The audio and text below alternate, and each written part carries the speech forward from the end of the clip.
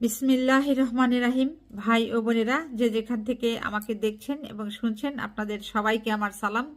আসসালামু আলাইকুম। আশা করি আপনারা ভালো আছেন, আমিও ভালো আছি। UK property gossip by Tasmina YouTube চ্যানেলের পক্ষ থেকে জানাই শুভেচ্ছা। যুগান্তর পত্রিকাতে জুলাই হত্যাকাণ্ডের বিচারের দায়িত্ব অন্তর্বর্তী সরকারকেই নিতে হবে, এই শিরোনামে খবর প্রকাশ করা হয়েছে। বিস্তারিত যেটি বলা হয়েছে যে দ্রুততম সময়ের মধ্যে জুলাই অগস্টে সংঘটিত হত্যাকাণ্ডের বিচার, আহত যোদ্ধাদের দায়িত্ব নেওয়া ও জুলাই সনদ ঘোষণাসহ অন্তর্বর্তী সরকারের কাছে বিভিন্ন দাবি জানিয়েছেন শহীদ পরিবার ও বিশিষ্ট নাগরিকরা।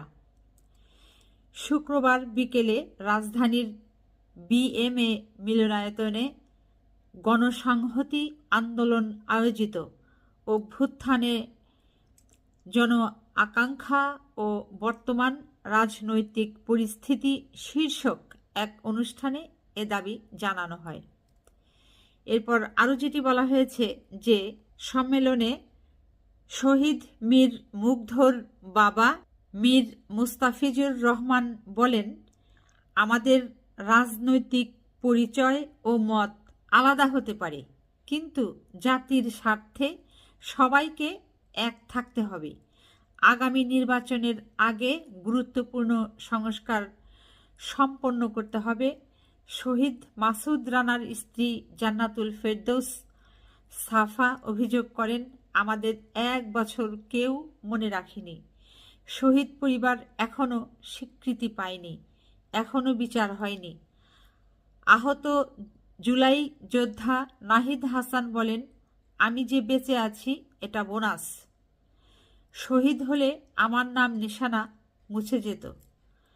শহীদ সানির মা রহিমা বেগম বলেন, আমরা এমন বাংলাদেশ চাই যেখানে আর কেউ হাসিনার মতো হতে পারবে না। শহীদ রমিজের বাবা বলেন, এখন পর্যন্ত দৃশ্যমান বিচারের কোনো কিছুই দেখছি না। আহত ও শহীদ পরিবারের পুনর্বাসন দাবি করেন তিনি। শহীদ মনির হোসেনের স্ত্রী রিহানা বেগম বলেন, জুলাইয়ের আন্দোলনের সময় তাজউদ্দিন মেডিকেলে আমার স্বামীর লাশ দেখতে পেলেও আইন শৃঙ্খলা রক্ষা বাহিনীর লোকেরা সেদিন লাশ নিতে দেয়নি। আমাকেও গুলি করে হত্যার হুমকি দেয়। আজ 1 বছর হয়ে গেলেও এখনো সেই লাশ পাইনি। তো যা হোক, এরকম আসলে অনেকের কথাই এখানে তুলে ধরা হয়েছে, বলা হয়েছে।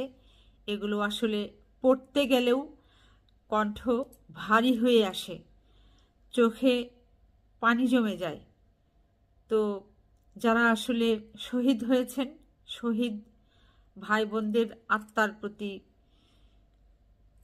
শান্তি কামনা করছি এবং শহীদ পরিবারের, আহত পরিবারের সকল সদস্যদের, মা বোনদের প্রতি অনেক অনেক শ্রদ্ধা, সম্মান, ভালোবাসা রইল। আপনারা আপনাদের প্রিয়জনকে হারানোর যে কষ্ট, সেটি আপনারা যেন দ্রুত কাটিয়ে উঠতে পারেন এবং আহত ভাইদেরকে বাংলাদেশ সরকার, অন্তর্বর্তী সরকার উদ্যোগ নিয়ে যেন সর্বোচ্চ যে সেবাটা আছে সেটি যেন আপনাদেরকে তারা প্রদান করেন। কারণ আপনারা বাংলাদেশের বীর যোদ্ধা। আপনাদের ত্যাগের কারণেই, আপনাদের বুকের তাজা রক্তের কারণেই এই সন্ত্রাসী শেখ হাসিনা তার দলবল সহ ক্ষমতা ছেড়ে দিয়ে বাংলাদেশ থেকে পালিয়ে ভারতে চলে গেছে। তার দলবলের অন্যান্যরা পৃথিবীর যে দেশে তারা বাংলাদেশ থেকে অর্থ পাচার করে বাড়ি ঘর ক্রয় করেছে, সেখানে তারা চলে গিয়েছে। 2024-এর জুলাই যোদ্ধা ভাই বোনেরা, আপনারা যদি ত্যাগ স্বীকার না করতেন, তাহলে এই সারা বিশ্বে এই পৃথিবীর মানচিত্রে বাংলাদেশ নামক একটি স্বাধীন রাষ্ট্র যে আছে সেটি নিশ্চিহ্ন হয়ে যেত, সেটির কোনো অস্তিত্ব থাকতো না। বাংলাদেশ তার সার্বভৌমত্ব খুব দ্রুতই হয়তো হারিয়ে ফেলত এবং বাংলাদেশ হয়ে যেত ভারতের অংশ।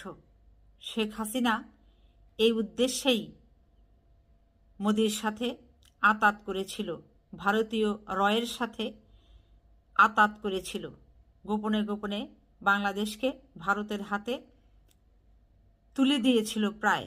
কিন্তু আপনাদের ত্যাগের কারণে সেটি বাধাগ্রস্ত হয়েছে। আজও পৃথিবীর মানচিত্রে বাংলাদেশ স্বাধীন রাষ্ট্র হিসেবে এখনও মাথা উঁচু করে দাঁড়িয়ে আছে। এজন্য আপনাদের প্রতি আবারও অনেক অনেক গভীর শ্রদ্ধা ও ভালোবাসা। সবাই ভালো থাকবেন, সুস্থ থাকবেন এবং আমার জন্য দোয়া করবেন। আমার এই চ্যানেলটিতে লাইক, কমেন্ট, শেয়ার এবং সাবস্ক্রাইব করবেন। আসসালামু আলাইকুম, আল্লাহ হাফেজ।